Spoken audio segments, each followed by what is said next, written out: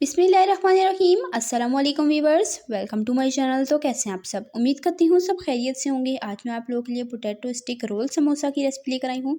ये रेसिपी बहुत ही ज़्यादा इजी और टेस्टी है, बहुत ही कमाल की रेसिपी है। आप इस रेसिपी को ज़रूर ट्राई कीजिएगा और कमेंट में अपना फीडबैक दीजिएगा। तो ये टी टाइम पोटैटो स्नैक बच्चों बड़ों सभी को पसंद आने वाले हैं और बनाना भी निहायत आसान है।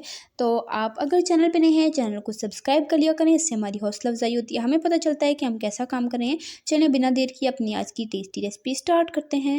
बिस्मिल्लाहिर्रहमानिर्रहीम। सबसे पहले हम इस रेसिपी के लिए डो तैयार करेंगे। इसके लिए एक बोल में शामिल कर देंगे मैदा छना हुआ, मैंने 1 कप लिया है। इसमें शामिल कर देंगे अजवाइन 1/4 टीस्पून, नमक इसमें जाएगा 1/2 टीस्पून, घी इसमें जाएगा 2 टेबलस्पून भरकर। तो घी मैंने यहाँ पर मेल्ट किए बगैर लिया है, रूम टेम्परेचर पे जो था। आप चाहें तो थोड़ा सा मेल्ट करके भी ले सकते हैं। इस रेसिपी में घी का ही हमने इस्तेमाल करना है, ऑयल का इस्तेमाल नहीं करना। घी से जो है वो हमारी रेसिपी बहुत ही खस्ता बनकर तैयार होगी। तो घी शामिल करके अच्छे से हाथों से मिक्स करेंगे, मुट्ठी से इस तरह से बाइंड करके चेक कर लेंगे कि ये जुड़ रहा है कि नहीं। उसके बाद हम इसमें थोड़ा थोड़ा करके पानी शामिल करते जाएंगे और इसकी थोड़ी हार्ड सी डो तैयार करेंगे। जैसे कि हम समोसों के लिए हार्ड डो तैयार करते हैं, वैसे ही हमने सख्त सा आटा गूंद लेना है। इसी दौरान अगर आपको रेसिपी ज़रा सी पसंद आ रही है, वीडियो को लाइक कर लें, शेयर कर लें अपने फ्रेंड एंड फैमिली मेम्बर्स के साथ और चैनल को सब्सक्राइब करना मत भूला करें। यहाँ पर देख लें इतनी हमने हार्ड डो तैयार कर ली है। अब इसे रेस्ट दे देंगे 10-15 मिनट का। तब तक हम फिलिंग तैयार कर लेते हैं। उबले हुए आलू यहाँ पर मैंने लिए हैं 2 बड़े साइज़ के और देख लें इतने अच्छे से आलू गले हुए होने चाहिए। तो आलूओं को हाथ की मदद से अच्छे तरीके से मैश कर लेंगे।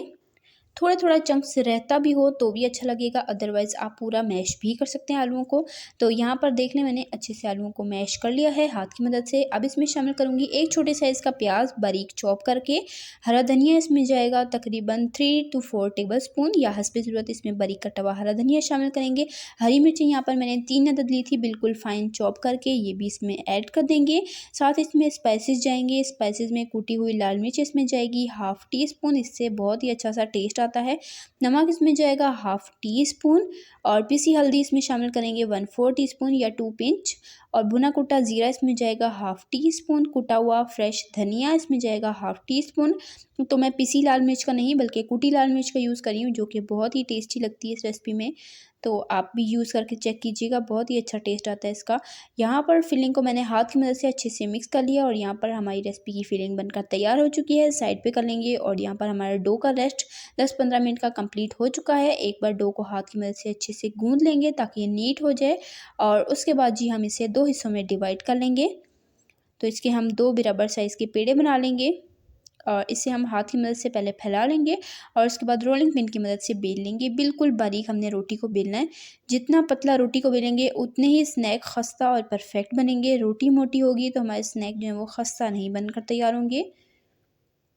तो यहाँ पर रोटी को मैंने अच्छे से बेल लिया है। अब इसकी साइड्स हम कट कर लेंगे और इसको एक रेक्टेंगल शेप में ले आएंगे। तो यहाँ से हमने इसकी चारों साइड्स को कट कर लेना है और इसकी शेप हमने सेट कर लेनी है।